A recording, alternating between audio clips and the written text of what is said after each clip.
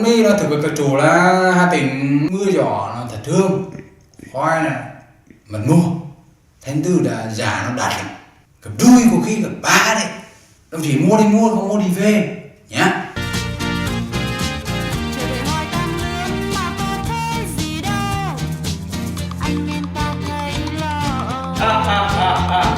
Chắc sếp cũng biết do chúng em làm vì đam mê. Thấy sếp ngư phong quang chúng em mời về. Chú mà đạt 100 tỷ, anh mua cho chú một chung cư ở trên đấy. Cho em tầng thượng nhá.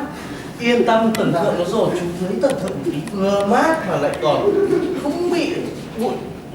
Thế thì em sẽ cố gắng. Ngoài ra nhé, anh còn giới thiệu cho chú một con xinh như cái con kia đấy, để cưới làm vợ. Bao công ty bên kia vẫn đang mời lương cao ngất. Chúng em không thèm cũng cho bên này cũng cho yêu nghề. Vậy mà nay thường và lương tại sao ít quá? Sếp không cần chúng em về buồn. Bỏ công ty, bỏ anh em và bỏ luôn sếp. Chúng em đi đến nơi làm tiền. Sếp mà không tăng luôn thì em sang Dubai ăn mày. Được đấy. Ông thẩm phán 30 triệu một ngày đấy. Ồ thế à? Hãy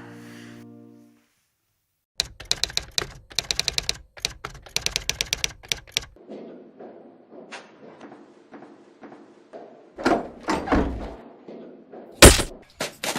không bỏ lỡ